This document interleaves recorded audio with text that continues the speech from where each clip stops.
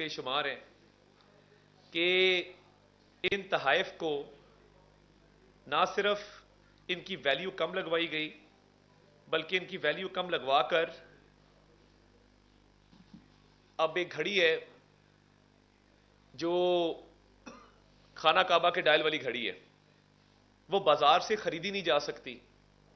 उसकी कीमत लोकल सतह पे कोई घड़ी की दुकान नहीं लगा सकती क्योंकि वो कस्टम मेड घड़ी है, वो खसूसी तौर पे तैयार करदा घड़ी है और वो एक ही पीस है दुनिया के अंदर, वो नायाब है।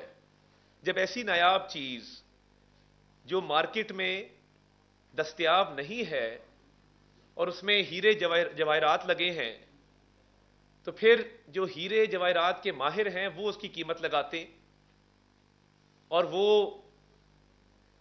90 करोड़ से 1 अरब के दरमियान उसकी कीमत लगती है क्योंकि उसके अंदर जो सोना लगा है, हीरे जवाहरात लगे हैं, उनकी अपनी एक वैल्यू है।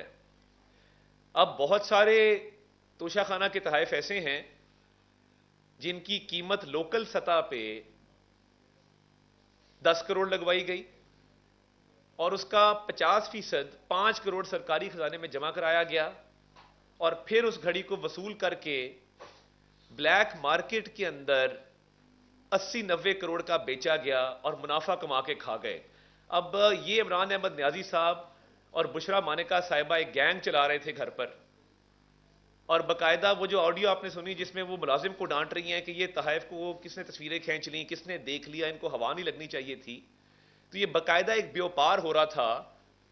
यानी नाम रियासत मदीना का है और करतूत ऐसे हैं कि चोरी चकारी और डकैती में आप मुलव्वस हैं। और ये जो आज 14 साल की सजा सुनाई गई है, ये ग्राफ एक कंपनी है बरतानिया की जो कस्टम मेड खसूसी तौर पर तैयार करदा डायमंड्स के सेट बनाती है। ये जो ग्राफ का सेट था, इसमें नायाब किस्म के येलो डायमंड इस्तेमाल हुए और सिर्फ एक जो छोटा डायमंड है 3 कैरेट का, उसकी कीमत $9,75,000 है और उसमें एक ब्रेसलेट है, एक घड़ी है, 2 इयररिंग्स हैं, एक नेकलेस है। वो सारे येलो डायमंड से बना हुआ ये ग्राफ का सेट है जिस पे आज सजा सुनाई गई है। और वो ग्राफ का सेट, उसका तखमीना लगाया गया है 3 अरब रुपए पे।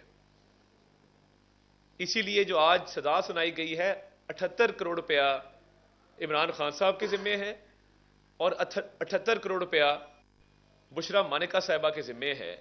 गजब खुदा का कि आप दूसरों को चोर डाकू कहें, लोगों को रियासत मदीना और अमर बिल मारूफ नहीं अनिल मुनकर का दर्स दें और अपने करतूत ऐसे हों कि आप कोई दिया गया तोहफा ना छोड़ें। बनता तो यह था कि ये तमाम तहाइफ तोशाखाना में जमा करा दिए जाते और कहानी खत्म हो जाती, या अगर आपने उनको एज ए सुविनियर रखना था, एक यादगार के तौर पे रखना था कि आप लोगों को बता सकें कि जी फलां मुल्क का सदर आया था, वजीर आजम आया था, वली अहद आया था, बादशाह आया था, उसने ये गिफ्ट दिया है। एक सेंटिमेंटल वैल्यू होती है, इमोशनल वैल्यू होती है चीजों की। मगर आपने क्या किया, आपने चोरी चकारी डकैती की इंतहा कर दी कि आप उसकी कीमत लगवाई अपने ही दफ्तर के जरिए चंद करोड़ों में, 50% उसका सरकारी खजाने में जमा करवाया और खुद आप 3 अरब रुपया खा गए। अब बात यह है कि यह तो सरकार की मलकियत थी, यह तो पैसा हुकूमत पाकिस्तान का पैसा था, ये तो पाकिस्तानी अवाम का पैसा था, टैक्स देने वालों का पैसा था। आपने तो खाना काबा के मॉडल वाली घड़ी को नहीं बख्शा, उसको भी बेच दिया।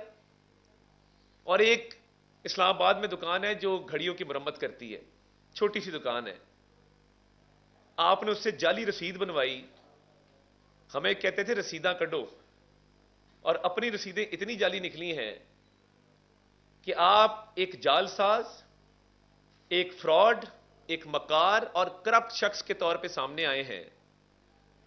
और ये मामूल बन गया था कि कई 100 तोहफे वसूल हुए 2018 से 2022 इमरान खान साहब को, और हर तोहफे को हिरस लालच के साथ बुशरा मानेका साहिबा वसूल करती थी और उसके बाद उनकी एक टीम थी जो इनको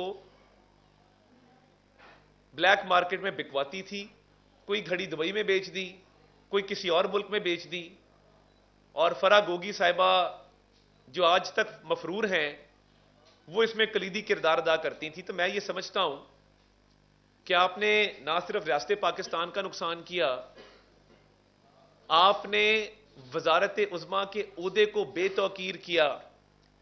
प्राइम मिनिस्टर के ऑफिस का एक लेवल है कि जहां पे तोशा खाना के तहाइफ शहबाज शरीफ साहब ने राहदारियों में सजा के रख दिए लेबल्स के साथ कि मुझे ये तोहफे मिले, मैं राहदारियों के अंदर रखूंगा ताकि लोग देख सकें कि फलां मुल्क के सरबराह ने क्या चीज मुझे दी है। और इधर एक एक पाई के लिए इन्होंने ये पूरा करप्शन का एक निजाम वज़ा किया। वो ग्राफ का सेट अगर आप देखें येलो डायमंड्स वाला, वो खसूसी तौर पे तैयार करदा है और वो आप ऑनलाइन भी नहीं खरीद सकते, वो खरीदा नहीं जा सकता। अपॉइंटमेंट लेनी पड़ती है ग्राफ के स्टोर पे। आप अपॉइंटमेंट लेते हैं, ग्राफ का स्टोर आपको अपॉइंटमेंट देता है कि फलां तारीख को इतने बजे आप आएंगे, तो तब आपको कीमत तय की जाएगी। कीमतें लगी नहीं होती इसके ऊपर, क्योंकि ये नायाब चीजें हैं। ये जो येलो डायमंड है, ये एक इंतहाई नायाब चीज है। तो मेरी तो समझ से बाहर है कि आप अपने ओहदे का इस तरह इस्तेमाल कैसे कर सकते हैं। मिस यूज ऑफ अथॉरिटी है, मिस यूज ऑफ ऑफिस है।